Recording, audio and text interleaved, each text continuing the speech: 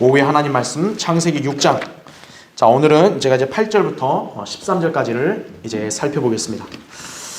자, 그래서 이제 창세기 6장에서 지난 시간에 하나님이 이제 세상이 사악함이 극에 달하고 또 인간들이 이제 폭력이 또 땅에 가득 차고 이러니까 하나님께서 인간을 지은 걸 후회하셨다. 결국 그 인간들을 번성케 하시겠다는 계획을 돌이키신 거죠. 번성이 아니라 이제는 진멸을 시키시겠다라고 결정을 하셨다. 이렇게 말씀을 살펴봤죠. 자, 그런데 이제 사실 성경의 그런 역사하고 그래요. 이렇게 세상이 악으로 가득 찬다 해도 그래도 하나님의 관점에서 의인들은 매 시대마다 꼭 있어요. 자, 여기서도 보면 이제 하나님께서 홍수로 세상을 이제 멸망시키시는데 모두가 멸망의 대상이 아니라 이제 하나님의 눈에서 은혜를 찾은 한 사람이 있습니다. 그가 바로 노아입니다. 노아. 예. 노아는 우리에게 굉장히 참 이렇게 친숙한 인물이고 또 성경에서 또 하나의 경륜의 전환을 이끄는 대상이기도 하기 때문에 좀 중요한 내용도 많습니다. 자, 근데 이제 우리는 창세기를 또 다 공부를 해야 되기 때문에 이거를 많은 시간을 할애할 수는 없고 여기서 우리가 중요한 부분들만 짚고 넘어가겠습니다. 자, 먼저 여러분 창세기 6장 8절과 9절을 보겠습니다. 그러나 노아는 주의 눈에서 은혜를 찾았더라. 이렇게 나옵니다. 은혜라는 말이 성경에서 처음으로 나온 거예요. 여기서요. 자, 9절을 보세요. 이것이 노아의 내력이라. 노아는 의인이요 그 당대의 완전한 사람이었으며 하나님과 동행하였더라. 이렇게 말씀하고 있습니다. 자, 여기에 의미를 여러분이 잘 알아야만 좀 이렇게 헷갈리지 않을 수 있어요. 이 구절을 보면 지금 노아는 마치 하나님과 같이 완벽해 보인단 말이에요. 근데 여기서의 단어 선택의 뜻이 어떤 의미를 가졌는지를 잘 아셔야 됩니다. 자, 일단 첫 번째 보세요. 노아는 주의 눈에서 은혜를 찾았더라. 이렇게 말씀합니다. 여기서 최초로 성경에 은혜라는 단어가 언급돼요. 이 은혜라는 단어는 성경의 창세기 첫 책에서 나오고 그 다음에 끝에 있는 책 요한계시록 22장 21절 거의 마지막 구절에도 나와요. 주 예수 그리스도의 은혜가 너희 모두 함께 있을지어다. 이렇게. 그러니까 성경이라는 책은 하나님의 은혜로 통관하는 거예요. 계속. 그죠? 그런데 우리가 여기서 주목해야 될 것은 여기에 나오는 지금 이 은혜는 분명히 신약 시대의 은혜와는 성격이 좀 다르다는 걸 아셔야 돼요. 예. 그러니까 이거를 모르게 되면 결국 어떤 거짓 교리가 나오냐면 구약에 있는 사람들도 예수 그리스도의 은혜로 구원받고 신약의 사람도 예수 그리스도의 은혜로 구원받았다. 이렇게 잘못 해석하게 되는 거예요. 그러니까 구약적인 관점에서의 구원과 은혜, 또 신약적인 관점에서의 은혜는 다르다는 걸 아셔야 돼요. 자, 왜 그런지 볼게요. 거기 괄호 1번 보십시오. 신약 시대의 은혜는 주 예수 그리스도와 더불어 시작이 됩니다. 요한복음 1장 17절에는 율법은 모세를 통하여 받았지만 은혜와 진리는 예수 그리스도를 통하여 온 것이라 그랬죠. 그래서 우리 그리스도인들은 누구나 믿음으로 말미암아 은혜로 구원받은 하나님의 자녀들이다라는 거죠. 에베소 2장 8절에 나온 그대로죠. 여기에는 어떤 행위나 대가도 포함되어 있지 않습니다. 즉, 이 신약 시대에 우리의 구원은 전적으로 하나님의 은혜로 주어졌단 말이에요. 근데 하나님의 은혜가 어떤 우리의 행위나 행위나 대가라는 조건으로 이렇게 주어진 게 아니라 그냥 선물로 주어졌다라는 거죠. 은혜가.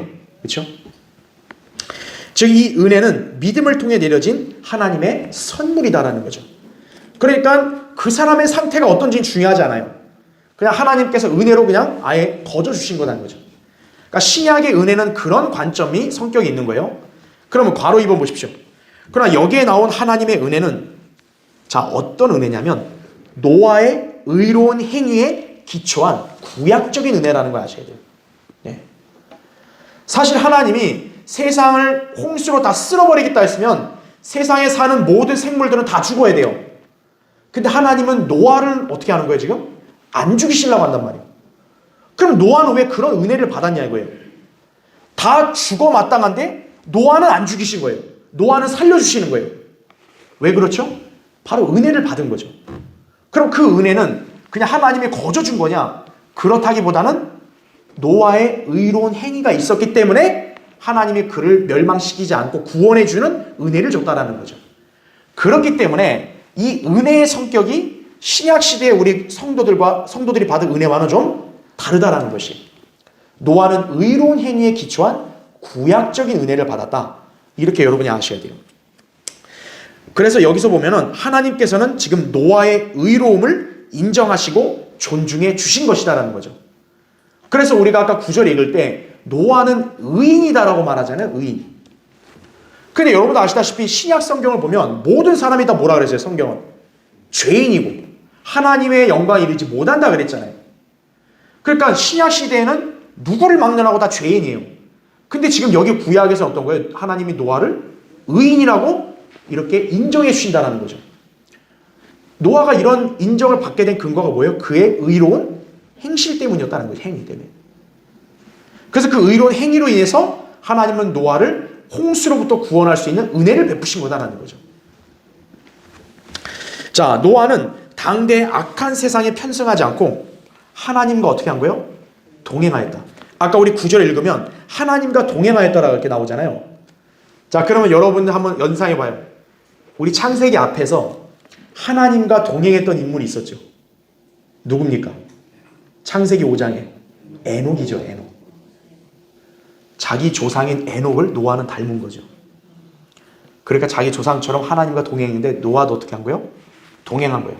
딴 사람들은 그렇게 했어요? 안 했어요? 안 한 거예요. 근데 노아는 그렇게 한 거예요. 그러니까 주의 눈에서 은혜를 찾을 수밖에 없는 거죠. 자, 그래서 에녹의 모습을 연상하게 하기 때문에 하나님께서 노아에게 은혜를 베푸신 것이다 거죠. 그러니까 역으로 생각하면 만약에 노아가 에녹처럼 하나님과 동행하지도 않고, 동행해야 되는데 동행하지도 않고 세상의 풍조를 만약 따랐다면 어떻게 되는 거예요? 은혜를 받을 수가 없는 거죠. 그렇죠. 네. 이게 구약적인 관점에서의 은혜다라는 걸 아셔야 돼요. 자, 그래서 괄호 3번 보세요.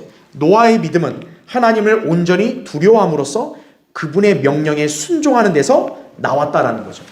자, 이제 우리는 이 믿음과 은혜와 연관지어서 한번 구약과 신약을 비교해 볼 거예요. 일단 여러분 여기 보시면 창세기 6장 22절 거기 교환에 나오죠. 노아가 그렇게 하였으니 하나님께서 그에게 명하신 모든 것을 어떻게 했대요? 그대로 행하였더라.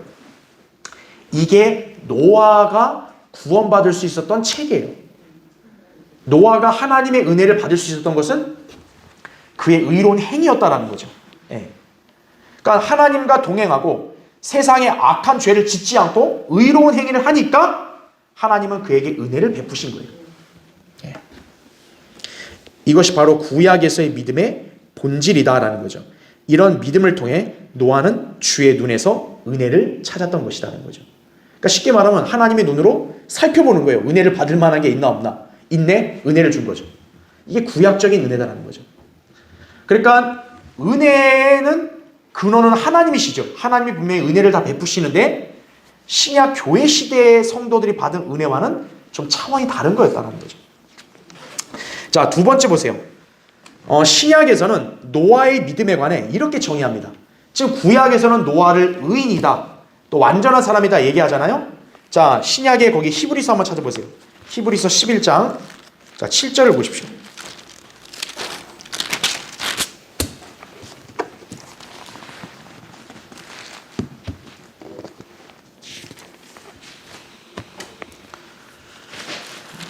자, 신약의 저 히브리서 11장 7절을 보십시오.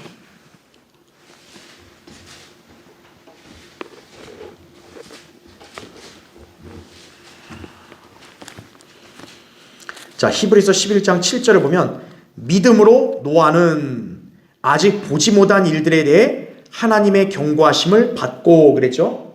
자, 여기 보면 시작 자체가 노아가 분명 믿음이 있다는 걸 얘기해요. 그렇죠? 그런데 잘 보세요.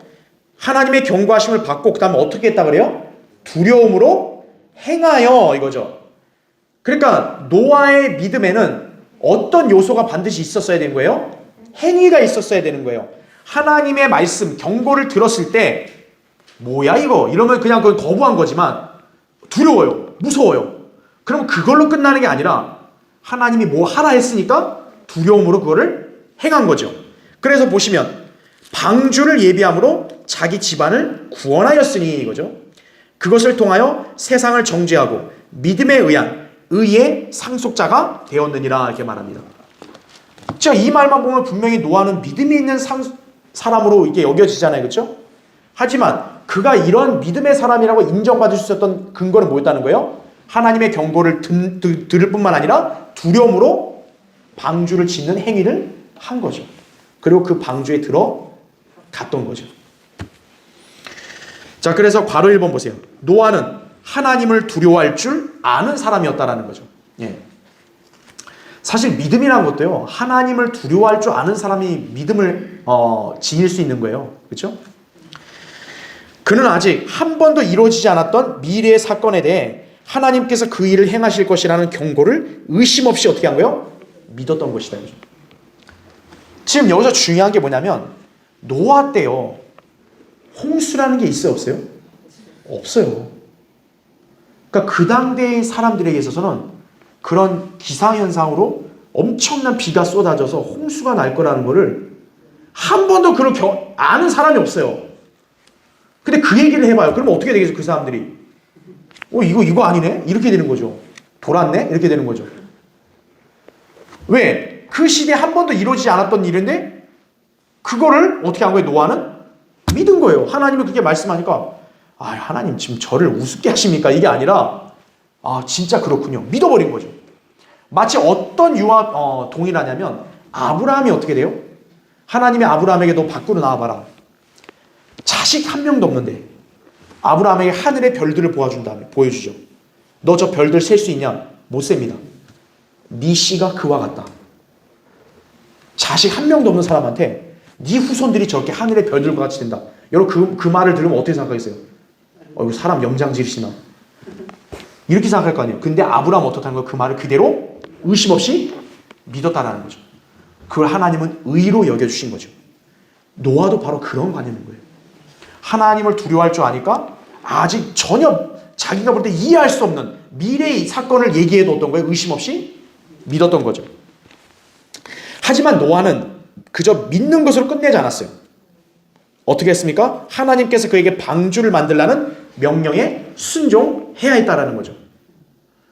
지금 하나님께서 노아에게 홍수 날 때 너는 공중에 떠있게 해줄게 이렇게 안 했다고요.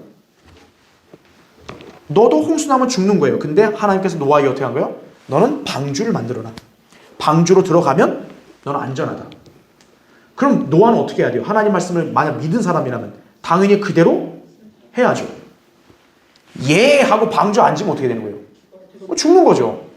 괄호 2번이 바로 그거예요. 만일 노아가 아무리 하나님 말씀을 믿었다 할지라도 당대의 대홍수의 심판에서 구원받기 위해 방주를 지으라는 하나님의 명령을 이행하지 않았거나 설사 방주를 지었다 할지라도 거기에 들어가지 않았다면 그와 그의 가족은 하나님의 심판으로 멸망했을 것이다 이거죠. 즉 구원을 위해서 노아는 하나님의 경고를 두려움으로 믿을 뿐만 아니라 하나님의 명령에 순종하는 뭐가 있어야 돼요? 행위가 있어야 했던 것이다라는 거죠. 그래서 노아의 구원 체계와 우리 그리스도인의 구원 체계는 같아요? 틀려요? 틀리다는 걸 아셔야 돼요. 예. 노아가 믿음이 있다 했을 때 이 믿음은 신약 성도들의 구원을 위한 믿음과는 다르다는 걸 아셔야 돼요. 구약적인 믿음이라는 거죠. 예. 자, 괄호 3번 보시면 실제로 노아는 당대의 의의 전파자로서 하나님의 심판의 말씀을 전했어요. 베드로서 2장 5절에 보면 노아가 복음 전파자라는 걸 여기서 얘기해요. 네. 여러분 복음 전파자면 꼭 오늘날 교회 시대 그리스도인만 연상하는데 노아 때도 노아가 뭐예요? 복음 전파자였어요. 복음이 뭐겠어요? 방주에 들어오면 너 구원받는다 이거죠. 근데 그 당대 노아가 무려 얼마나 복음 전하냐? 120년을 전한 거예요. 그렇죠? 근데 120년 전했는데 딱 몇 명만 믿었어요? 자기 가족들만 믿은 거예요. 그래서요 진리를 전하고 믿는 사람들 소수라는 걸 아셔야 돼요. 항상 노아 때도 그런 거예요. 다 도저히 믿을 수 없거든요. 예수 그리스도 당신 안 믿고 죽으면 지옥 간다고. 지옥을 우리가 뭐 한 번도 가본 적이 없잖아요. 그러니까 어떻게 한 거예요? 이 사람들은 무슨 그런 게 어디 있어. 너나 잘 믿어 이러는 거죠. 그러니까 이 사람들이 어떻게 한 거예요?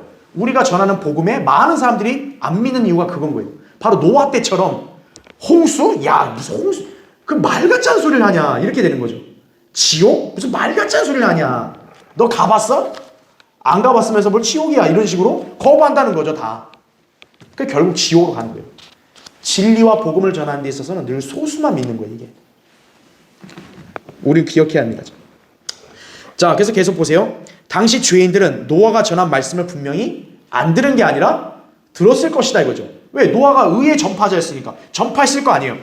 그리고 막 대낮에 어떤 거예요? 막 뜨거운 햇볕이 든 데서 막 방주를 만들어요. 홍수 나서면 이제 죽으니까. 그럼 사람들이 그걸 조금만 유념했다면 그럼 나도 들어가야지. 그러면 될 텐데 안 했다라는 거죠. 그러니까 이 사람들은 일단 우리가 볼 땐 대다수는 노아가 전한 메시지를 아예 거부했을 거예요. 아유 그냥 야야 그만해 말도 하지 마 이랬을 수도 있고 또 어떤 사람은 유념했을 수도 있어요. 아 그래 맞아. 그렇게 되면 위험하겠는데? 그럼 당연히 어떻게 하겠어요? 방주로 들어가야 되는데 그렇게 안 간 사람도 있을 거라 이거죠. 그러니까 왜냐면 오늘날 우리 시대를 보면 돼요. 우리도 복음 전하면 아예 그냥 웃기다고 거부하는 사람도 있지만 어떤 사람은 유념해서 들어요. 그래도 지옥 가면 무섭지. 그럼 가긴 싫어. 자 그럼 예수 그리스도 믿읍시다. 아니야. 바로 뭐예요? 방주에 들어가면 된다는데 그걸 안 해가지고 구원 못 받은 약간 그런 케이스인 거죠. 그러니까 이것도 보면 우리가 분명히 노아가 120년간을 이렇게 전했을 때 유예 기간 동안 전했을 때 유념한 사람도 있었을지도 몰라요. 근데 그들은 방주로 들어가지는 않은 거죠. 그럼 우린 뭘 할 수 있냐? 바로 이 구약적인 체계에서는 믿음만 갖고는 안 된다는 거죠.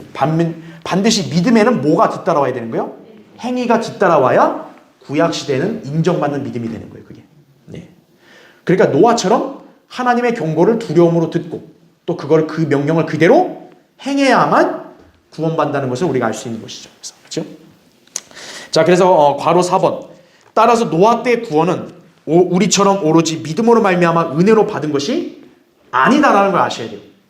노아는 하나님의 말씀을 믿는 믿음과 그대로 행하는 순종이 있었기 때문에 구원받을 수가 있었다라는 거죠. 자, 그래서 다음 페이지. 자, 이게 이제 베드로전서 3장 20절이에요. 다음 페이지 맨 위에 보면. 자, 보면은 그들은 전에 노아의 날에 방주를 예비하는 동안 하나님께서 오래 참고 기다리셨을 때 뭐라 그래요? 순종하지 아니하던 자들이라. 방주에서 물로 말미암아 구원을 받은 사람이 몇 명뿐이니 곧 뭐래요? 8혼들이라. 여기 보면 여기 방주에서 은혜로 구원받단 말을 쓰지 않고 물로 말미암아 구원받다 하잖아요. 그렇죠? 예.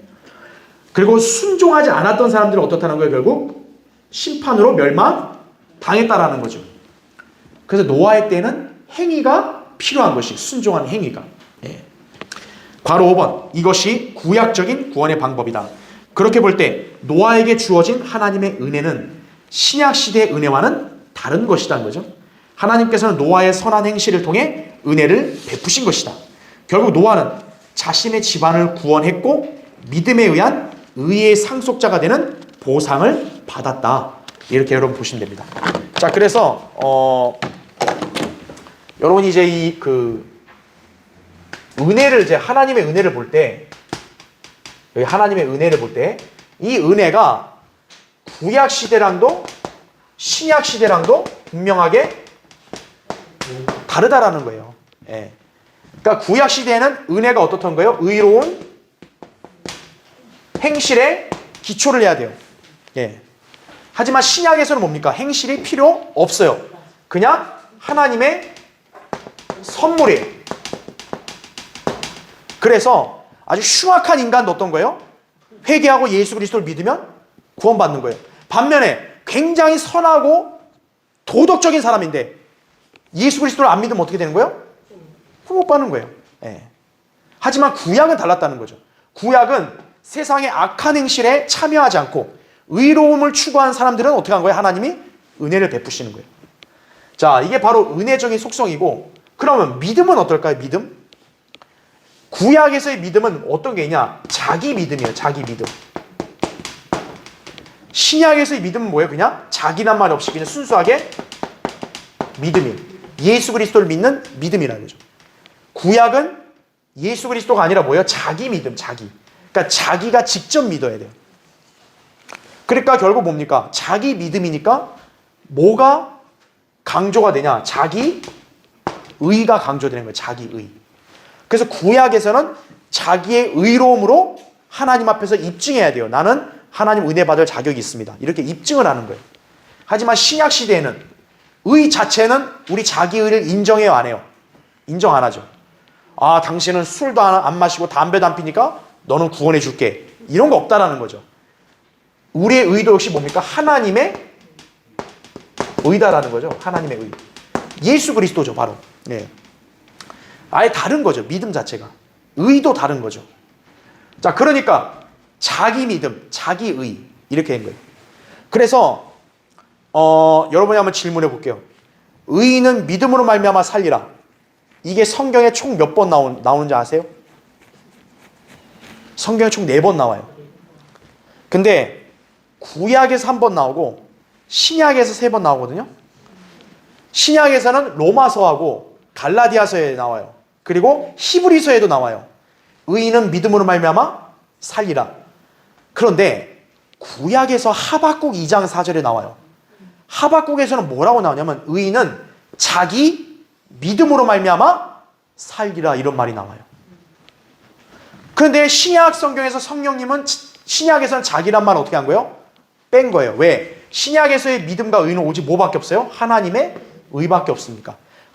반면에 구약은 어떤 거예요? 자기 믿음, 자기 의가 있어야 됩니다. 그러니까 노아도 어떻게 보면 그런 체계를 따른 거예요. 네. 그래서 자기 믿음으로 말미암아 산다 이거죠. 의인은 구약 시대는. 그러니까 노아가 은혜를 받을 수 있었던 것도 결국 뭐라는 거예요? 의로운 행실이 있었으니까. 따라서 구약 시대의 구원과 신약 시대의 구원의 방법은 구약은 믿음 더하기 뭐가 있어야 돼요? 행위가 있어야 되는 거예요. 노아도 분명히 방주로 들어가서 구원받은 것은 하나님 은혜지만 그 은혜는 어디까지나 뭐에 기반하는 거예요? 믿음과 행위가 따라와야 되는 거예요. 노아가 아멘 해놓고 방주 안 만들어. 그럼 어떻게 돼요? 하나님이 살려주지 않죠. 그렇죠? 방주 만들어 놓고 아유 나 저 들어가서 싫어요. 여기서 그냥 낮잠이나 잘래요. 그러면 멸망하는 거죠. 반드시 뭐가 있어야 돼요? 믿음과 행위가 있어야 되는 거예요. 예. 근데 신약에서는 행위가 필요 있어요? 없어요? 필요 없는 거예요. 신약은 오로지 뭐만 있으면 되는 거예요? 믿음만 있으면 되는 거죠. 그리고 이 믿음 자체도 뭐예요? 하나님의 선물로 오는 거예요. 예수 그리스도 자기가 믿겠다 하면 그 사람이 예수 그리스도 믿고 영접하는 것 자체도 뭐예요? 하나님의 선물이라는 거예요. 그게. 예. 그 사람이 성경 지식이 무지하고 못 배우고 그런 사람이라 할지라도 자기가 예수 그리스도 믿겠다고 결정하면 어떻게 하는 거예요? 그 믿음 자체도 하나님은 선물로 줘서 예수님 영접할 수 있게 해준다는 거예요. 이게 신약에서의 구원이라고요. 그러니까 여기에 기인한 은혜와 구약에 기인한 은혜는 당연히 같아요? 틀려요? 틀리는 거예요. 그래서. 그러니까 여러분은 그런 성격을 잘 기억하고 있어야 된다는 거예요. 그렇죠? 네. 자, 그렇게 보시면 되고요. 이제 3번째 보겠습니다. 3번째. 노아는 의인이요 그 당대의 완전한 사람이었으며 라고 이렇게 말을 하고 있습니다. 자, 여기서 노아를 의인으로 표현합니다. 의인. 신약에서는 의인은 없어요. 의인은 없나니 없도다 한 사람도 없도다라고 로마서 3장 10절에 말씀하잖아요. 그러니까 오로지 예수 그리스도를 믿는 사람만이 신약 시대는 의인인 거예요. 우리 구원받은 그리스도인만이 의인인 거예요. 그런데 구약에서는 어떤 거예요? 노아도 의인이라고 하는 거예요. 하나님이. 그럼 왜 노아가 의인이라고 하는 거예요? 의로운 행실. 그렇죠? 그리고 여기서 한 단계 더 표현이 더 이렇게 더 나아가는 게 노아를 무슨 사람이라고 표현해요? 완전한 사람이다. 야, 하나님이 완전한 사람이 평가하면 진짜 노아는 이거 뭐 보통 인간이 아닌 것 같잖아요. 그렇죠? 자, 그래서 우리는 성경의 이 용어의 의미를 정확히 알아야 되는 거예요. 자, 여기서 완전하다고 할 때는요. 우리가 보통 인간적으로 어떻게 생각해요? 완전함을 뭐로 생각해요? 죄 없는, 죄 없이 깨끗하고 완벽한 걸 생각한단 말이에요. 그런데 여기서 말하는 완전하다는 것은 죄 없는 걸 말하는 게 아니에요. 예. 성경에서 완전함, 온전함 이런 걸 말을 할 때는 죄가 없는 완벽한 상태를 말하는 게 아니다라는 걸 여러분 아셔야 돼요. 예. 왜냐하면 성경에서는 이렇게 몇몇 사람들을 향해서도 온전하다, 완전하다는 말 쓴단 말이에요. 그러면 하나님께서는 그분 말씀이 틀린 거잖아요. 왜냐 하나님 외에는 누구도 어때요? 의로운 사람이 없다 그랬는데 그럼 노아가 죄 없이 완벽하냐? 그런 게 아니라는 거죠. 그리고 실제로 여러분 잘 알겠지만 노아는 창세기 9장에서 죄를 짓잖아요. 그러니까 이거는 죄 없는 완벽함을 말하는 게 아니다라는 걸 아셔야 돼요. 자, 그럼 이 완전함이 어떤 의미냐? 괄호 1번 보세요. 완전한이란 단어는 히브리어로 흠이 없는 이라는 뜻을 갖고 있는데 이것은 인간에게 사용될 때 결코 죄가 없다는 뜻이 아니라 어떤 상황이나 일과 관련하여 의롭고 신실함을 가리킨다는 거죠. 즉 쉽게 말하면 그 사람 자체가 완벽하다 이 말이 아니고 그 사람이 어떤 일을 하거나 그 사람이 또 어떤 말을 하거나 그 사람이 또 어떤 이렇게 상황에 처했을 때 그 부분에 있어서만큼은 신실하고 또 온전하게 그 일을 잘 했다. 그 뜻을 갖고 있다라고 여러분 아셔야 되는 거예요. 예. 자, 성경에서 예를 든다면 우리가 욥을 묘사한 대목을 보면 알아요. 욥을. 자, 여러분 찾아볼까요? 욥기 보세요. 여러분 욥기 1장 보세요.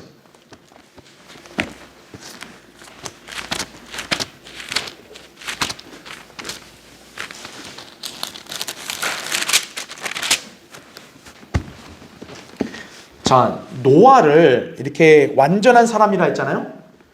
근데 하나님은 또 욥도 뭐라고 얘기하냐? 욥도 엄청나게 평가를 높여주세요. 거기 욥기 1장 1절 보세요. 욥기 1장 1절. 우스 땅에 한 사람이 있었는데 그의 이름은 욥이더라. 잘 보세요. 그 사람은 온전하고 정직하며 하나님을 두려워하고 악을 피하는 사람이더라 이렇게 말합니다. 자, 지금 성경에서 욥을 평가할 때 온전하다고 얘기하잖아요. 그러면 지금 여러분 이 구절의 의미만 잘 보면 돼요. 욥을 왜 온전하다고 얘기한 거예요? 여기 보니까 정직하고 그리고 또 뭐예요? 하나님을 두려워하고 악을 어떻게 해요? 바로 그러한 상태 때문에 그런 상황 때문에 하나님은 욥을 온전하다 그런 거예요. 욥이란 인간 자체가 완벽하다가 아니라 욥이 하나님과의 관계의 상황 속에서 또 하나님을 믿는 그 신앙 생활의 면에서 욥은 하나님을 두려워하고 악을 피하니까 온전한 사람이다 이렇게 얘기하는 거예요. 성경에서. 바로 노아도 어떤 거예요? 그런 개념으로 완전하다는 의미를 해석해야 되는 거예요. 여러분 욥기 1장 다시 한 8절 보세요. 욥기 1장 8절에 주께서 사탄에게 말씀하시기를 너는 내 종 욥을 유의해 보았느냐? 세상에 그와 같은 사람은 아무도 없나니 그는 온전하고 정직한 사람으로 하나님을 두려워하고 악을 어떻게 해요? 피하는 자니라는 거죠. 예. 그러니까 우리가 볼 때 정직하다. 근데 성경에서 뭐라고 말해요? 하나님은 참되시나 사람은 모두 뭐라 그래요? 거짓말쟁이라 그런단 말이에요. 그러니까 이거는 욥이라는 그 인간 자체를 말하는 게 아니라 욥이 하나님을 믿고 섬기는 바로 그러한 일에 관해서 또 욥이 하나님과의 관계가 맺혀있는 상황에서는 욥은 온전하고 정직한 사람이다 이거죠. 예. 그러니까 우리가 온전함, 완전함이라 할 때는 그런 문맥을 갖고 해석을 해야 되는 거예요. 예. 자, 그래서 여러분 괄호 2번 보십시오. 괄호 2번을 보면 자, 우리가 온전하다, 완벽하다 말할 때는 성경에서는 죄 없는 걸 말하는 게 아니에요. 왜 그러냐면 심지어 우리 하나님과 예수님에 대해서도 성경은 그 온전하다고 말하거든요. 그러면 그건 뭔가 좀 이상하잖아요. 하나님은 그런 평가를 받을 대상이 아니신데, 그렇죠? 여러분 괄호 2번에 보세요. 그러므로 하늘에 계신 너희 아버지께서 어떻게 해요? 온전하심 같이 너희도 뭐라 그래요? 온전하라 이렇게 말합니다. 마태복음 5장 48절에. 자, 만약에 이거를 온전하다는 걸 여러분이 죄 없는 상태라고 해석해 보세요. 그럼 어떻게 되는 거예요? 인간이 하나님처럼 죄 없이 될 수 있다라고 해석이 되는 거예요. 이 구절을. 그렇잖아요. 다시 보세요, 여러분. 그러므로 하늘에 계신 너희 아버지께서 온전하심 같이 너희도 어떻게 하래요? 그럼 마치 인간이 노력하면 하나님처럼 죄 없는 상태가 된다. 이렇게 잘못 해석할 수 있다고요. 그러니까 성경에서 온전함, 완전함이라 말할 때는 죄 없는 완벽함을 말하는 게 아니다라는 걸 아셔야 돼요. 자, 그럼 이 구절은 어떤 의미일까요? 마태복음 5장에서 하나님이 온전하심 같이 니들도 온전하라고 말한 진의가 뭘까요? 제가 얘기했죠. 성경은 뭘 보라 했어요, 항상? 전후 문맥을 보라 했어요. 지금 이 구절이 마태복음 5장 48절이거든요. 근데 앞으로 가면요, 마태복음 5장 45절에 뭐가 나오냐면 하나님이 의인들을 위해서 악인들에게도 태양을 비추고 은혜를 베푸신단 말이 나오거든요. 그러니까 바로 그 문맥으로 해석을 해야 되는 거예요. 그러니까 아버지 하나님이 온전하됐을 때는 여기서 어떤 개념인 거예요? 하나님이 의인들뿐만 아니라 악인들에게도 자비를 베푸시는 바로 그 면이 온전하다라는 거예요. 그것처럼 그 마태복음 5장에 예수님 말씀을 듣는 청중들도 어떻게 하라는 거예요? 너희들도 악인들에게는 어떻게 하라는 거예요? 선한 자비를 베풀라라는 거죠. 그런 면에서 온전하라는 거예요. 여러분, 하나님이 악인들한테 자비를 인색하게 베푸나요? 햇빛을 띄우는데 여기 강릉 성령신역에만 햇빛 쫙 비추고 저기는 막 어둡게 하고 막 그래요? 아니잖아요. 하나님은 악인들이라 할지라도 어떤 거예요? 의인들과 동일하게 자비를 베푸시잖아요. 악인에게 선한 자비를 베푸시는 면에 있어서 하나님은 흠이 없죠. 온전하죠. 그것처럼 마태복음 5장의 그 청중들에게도 왕국에 들어갈 자들에게도 뭐라고 한 거예요? 너희들도 악인들에게 자비를 베풀 때는 하나님처럼 온전하게 흠이 없이 하라, 이 말을 하는 거예요. 그래서 온전함은 죄 없는 상태를 말하는 게 아니다라는 걸 기억하셔야 돼요. 자, 괄호 3번을 보세요. 자, 예수님께서도 어떻게 말씀하냐면 자신을 이렇게 말씀하세요. 보라, 오늘과 내일 내가 마귀들을 쫓아내며 병을 고치려니와 셋째 날에는 뭐라고 나와요? 온전하게 되리라. 그럼 만약 이 온전함을 여러분이 죄라고 해석해봐요. 그럼 예수님이 어떻게 된다는 거예요? 셋째 날 돼서야 죄 없이 된다, 이 말이잖아요. 그럼 말이 안 맞죠. 그럼 여기서 셋째 날에 온전하게 된다는 게 무슨 말이에요? 예수 그리스도께서 사역을 정확하게 다 마치신 걸 말하는 거죠. 그러니까 예수님이 십자가에서 죽고 셋째 날에 부활하시잖아요. 그 부활하시면은 이제 초림 때 사역은 어떤 거예요? 다 온전히 끝나게 되는 거죠. 사역이 끝나간다는 성격에서 온전하다는 표현을 쓴 거예요. 그러니까 예수님이 아직 십자가에서 죽고 부활하지 않으면 사역에 있어서는 아직 온전한 거예요? 온전하지 않은 거예요? 온전하지 않은 거죠. 예수님이 사역을 온전하게 다 끝내려면 그분 자신이 십자가에 죽고 3일 뒤에 어떻게 한 거예요? 부활하심으로써 완성을 해야 그때서야 이제 온전하다는 말을 쓸 수 있는 거죠. 그러니까 이 온전함이란 말은 그 문맥을 보면서 어떤 상황, 어떤 일을 신실하게 했느냐, 그걸로 평가하는 거다 보시면 되는 거예요. 자, 여러분 하나 더 찾아볼게요. 그 빌립보서 한번 더 찾아보세요. 자, 온전하단 말을 바울도 썼어요. 바울도. 빌립보서 3장을 보세요.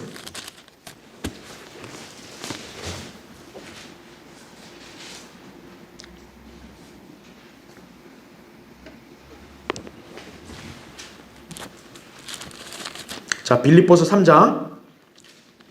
자, 12절 보세요. 12절. 이게 지금 바울이 고백을 하는 거예요.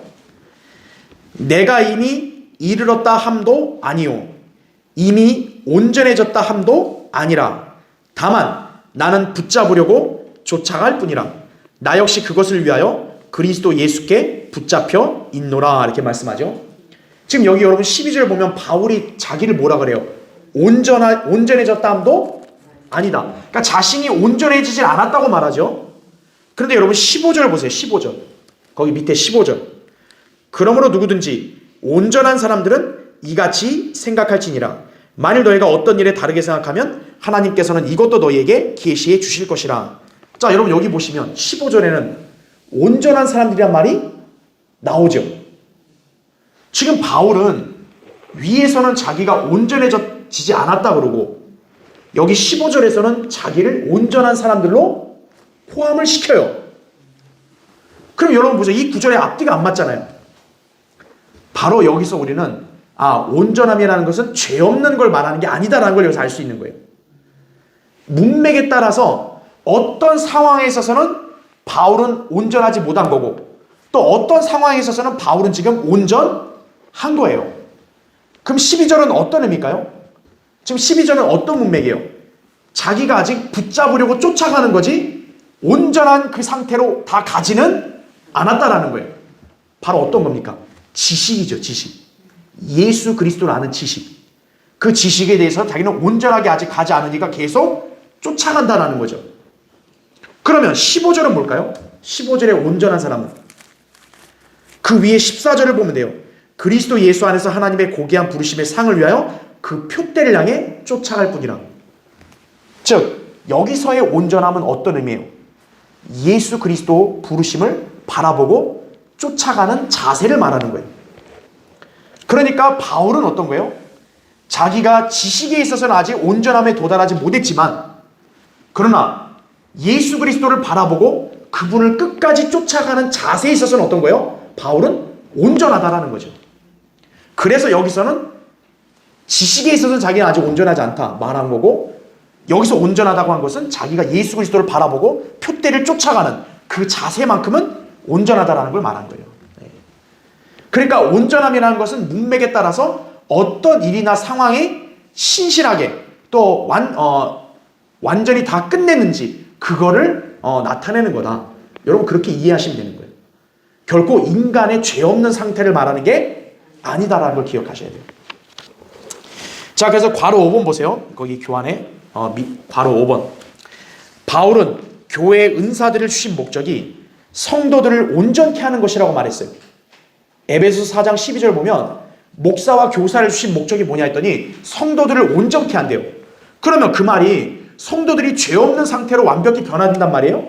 그게 아니라는 거죠. 거기서 온전이란 말이 무슨 뜻이에요? 성장이죠, 성장.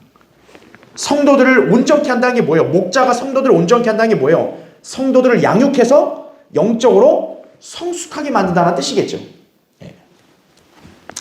그렇게 해석을 해야 합니다. 그래서 바울은 진리를 아는 성도들에 관해서 뭐라고 묘사했냐면 온전한 자들이라고 묘사했어요. 온전한 자들. 고린도전서 2장 6절에. 그러니까 바울이 그 고린도 교회에서 사람들에게 온전한 자들을 말했을 때는 죄 없는 게 아니잖아요. 영적으로 잘 장성한 그런 사람들에 대해서는 온전한 자들로 평가한 것이. 그러니까 영적 성장의 개념에서는 온전한 사람들이다. 이렇게 얘기한 거죠. 죄 없는 상태가 아니다. 자, 이런 성경의 용례를 보니까 우리는 이제 알 수 있겠죠. 분명히 성경에서 완전하다, 온전하다고 말했을 때는 죄 없는 걸 말하는 게 아니라 어떤 상황, 어떤 일에 대해서 이 사람이 신실하고 정직한 것을 말하는구나. 이렇게 보시면 되겠죠. 그래서 결국 괄호 6번 보시면 그러므로 노아를 완전한 사람이라고 했을 때 그가 죄 없는 완벽한 존재임을 말하는 것이 아니다라는 거죠. 성경이 노아를 욥처럼 완전한 또는 온전한 사람이라고 한 것은 바로 이게 중요한 거예요. 그 당시의 세상 가치관이나 죄악들에 어떻게 했어요? 동참하지 않았다라는 거예요. 그 면에 있어서 노아는 하나님 보시기에 완전한 사람이었다는 거죠. 그리고 성별했음을 말하는 것이다라는 거죠. 자, 다시 한번 이게 편서를 정리를 해보면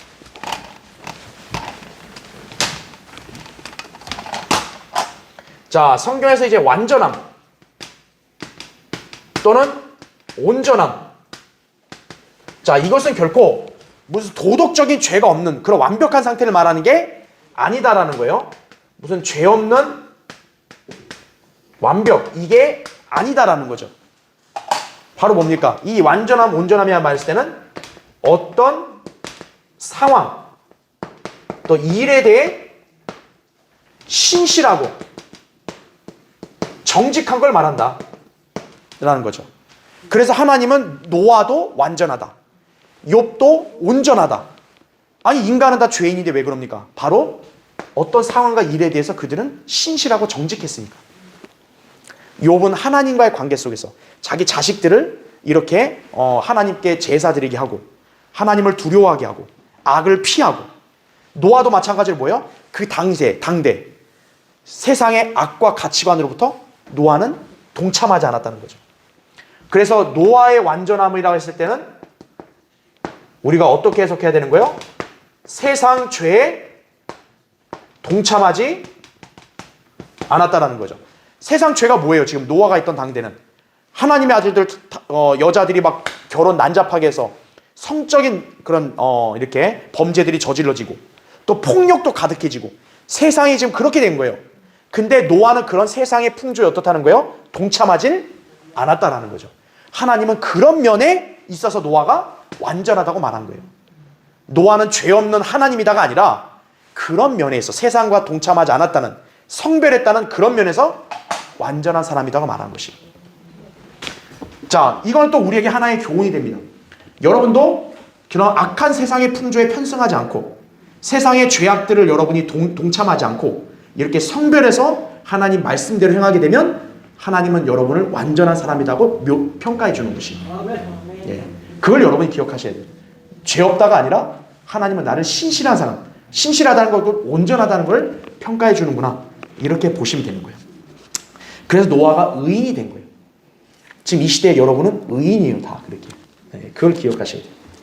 자, 이제 마지막 그 창세기 6장 10절부터 13절 볼게요. 자, 이건 앞에서도 그럼 살펴봤기 때문에 그냥 읽고 간단히 하고 넘어갈 거예요. 6장 10절부터 볼게요. 노아가 세 아들을 낳았으니 셈과 함과 야펫이라. 땅도 하나님 앞에 부패하였으니 땅이 폭력으로 가득하였더라. 이렇게 말씀하죠. 12절.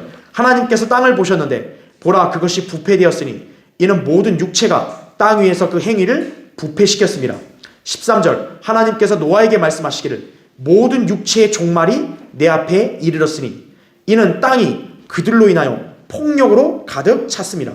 보라, 내가 그들을 땅과 함께 어떻게 해요? 멸망시키리라. 이렇게 말씀하죠. 자, 여기 보시면 교환의 첫 번째, 땅도 하나님 앞에 부패하였으니 라고 말합니다. 자, 여러분 이 말을 잘 보세요. 지금 여기서 땅도라는 말이 나와요. 땅도. 여러분, 도라는 말을 썼다는 거는 뭔가가 있고 또 그런 말이잖아요. 그러면 이건 뭘까요? 땅 말고 다른 곳도 부패했음을 암시해 주는 거죠. 자, 근데 공교롭게도 성경을 보면 하늘 있잖아요. 하늘도 온전한 곳이 아님을 말하고 있어요. 욥기 25장 5절이나 이사야 24장 21절 보면 하늘도 이렇게 깨끗하고 온전하지 않다고 말씀합니다. 여러분 쉽게 생각해봐요. 창세기 1장에서 둘째 날 창공을 짓고 하늘로 불렀잖아요. 근데 제가 한번 언급했죠. 하나님이 다른 날들은 다 좋았다라고 말하는데 둘째 날 창공, 하늘을 만들 때는 좋았더란 말이 있었다 그랬어요? 없었다 그랬어요? 없었다 그랬어요. 왜 없죠? 바로 하늘에 누가 있으니까? 공중권세의 통치자, 마귀와 악한 세력들이 하늘의 둥지를 트니까 어때요? 하나님은 그걸 만드신 것을 좋아하지를 않았다는 거죠. 그런 면에서 지금 하늘도 어떤 거예요? 하나님 보실 때는 깨끗한 게 아니라 부패한 것이. 그러니까 하늘도 그렇게 됐는데 지금 하늘뿐만 아니라 어디도 부패했다는 거예요? 땅도 부패했다는 거죠. 쉽게 말하면 하늘에 있는 그 하나님의 천사들, 그들이 타락해서 내려와서 땅도 어떻게 한 거예요? 부패시켜버린 거죠. 그런 개념으로 여러분이 이해하시면 되는 거예요. 자, 그 다음에 두 번째, 모든 육체의 종말이. 자, 인간들을 뭐로 표현하고 있는 거예요? 육체로 표현합니다. 육체. 그래서 우리가 창세기 6장 읽을 때 6장 3절에도 내 영이 항상 사람과 다투지 않는다. 이는 그도 육체임이라 그랬잖아요. 그러니까 거기서 육체라 했을 때는 단수 한 사람을 말하는 게 아니라 육체를 입은 모든 사람들을 다 가리키는 거예요. 성경에서. 여기 나온 대로 모든 육체의 종말 이렇게 나오잖아요. 네. 자, 모든 육체의 종말. 왜 인간이란 말 안 썼을까요? 그냥 하나님이 그냥 인간 종말 이러면 될 텐데 왜 인간이란 말 안 쓰고 육체의 종말이라 썼을까요? 인간만이 멸망하는 게 아니니까. 누구도요? 짐승들. 그리고 타락한 천사들. 왜? 타락한 천사들은 뭘 입었어요? 아담의 타락한 형상. 그렇죠? 바로 육신을 그들도 입었잖아요. 그러니까 인간만이 멸망이 아니라 뭐예요? 타락한 천사들도 멸망하고 또 거인들도 멸망하고 짐승들도 멸망하니까 그들의 공통점이 다 뭐예요? 육체를 입은 거죠. 그래서 여기서는 육체의 종말이라 쓴 거예요. 그러니까 하나님 이렇게 성경 어렵게 기록하셔서 그냥 인간의 종말 쓰죠. 아니요. 인간만 멸망하는 게 아니라니까요. 짐승들, 타락한 천사들 다 멸망하니까 모든 육체의 종말, 육체를 입은 자들은 다 멸망한다고 말씀하는 거예요. 그래서 자, 마지막 세 번째. 내가 그들을 땅과 함께 멸망시키리라. 13절에 나오죠. 이 말씀의 경고는 마치 다니엘이 해석했던 벽 위에 손으로 쓰신 것과 같은 내용이다라는 거죠. 다니엘 5장이 뭐였어요? 메네메네 테켈 우파르신. 다시 말하면 바빌론 왕한테 네 왕국은 이제 끝났다. 끝! 게임 오버 이거죠. 바로 여기도 그건 거예요. 하나님이 노아에게 이제 이 땅을 멸망시키겠다. 오버. 끝났다 이거예요. 이제는. 심판의 메시지죠. 노아는 다니엘과 바울처럼요. 다가올 심판을 선포했던 것이에요. 아까 노아가 복음 전파자라 했잖아요. 그러니까 노아가 복음 전할 때 그냥 좋은 말만 했겠어요? 방주로 들어와. 그냥 그 말만 했겠어요?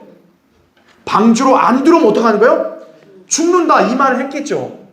그렇죠. 오늘날 우리도 어때요? 그냥 예수 믿어. 이게 아니죠. 예수 그리스도를 안 믿으면 당신은 지옥에 간다. 이 말을 하는 거죠. 그랬더니 어떻게 합니까? 인류 역사는 하나님의 심판의 경고를 잘 믿어요? 안 믿어요? 안 믿어요. 너나 믿어라. 이거죠. 그러다 이제 멸망으로 다 가는 것이. 예. 인간들은 거부한다 이거죠. 우리 그리스도인들을 시사하는 바가 큰 거예요. 그러니까 우리는 노아처럼 의의 전파자라고 했을 때는 좋은 말만 하는 게 아니라 하나님 말씀을 그대로 전하는 거예요. 안 믿는다 해서 이상하게 생각할 필요 없어요. 왜? 노아 때도 그랬으니까. 그러니까 이렇게 소수의 사람이 믿음 생활하고 있다. 이거는 오히려 하나님께 감사할 일인 것이. 그렇죠? 자, 이제 다음 시간에는 노아의 그 방주에 대한 부분들을 또 자세히 하겠습니다. 자, 기도하고 예배를 마치겠습니다.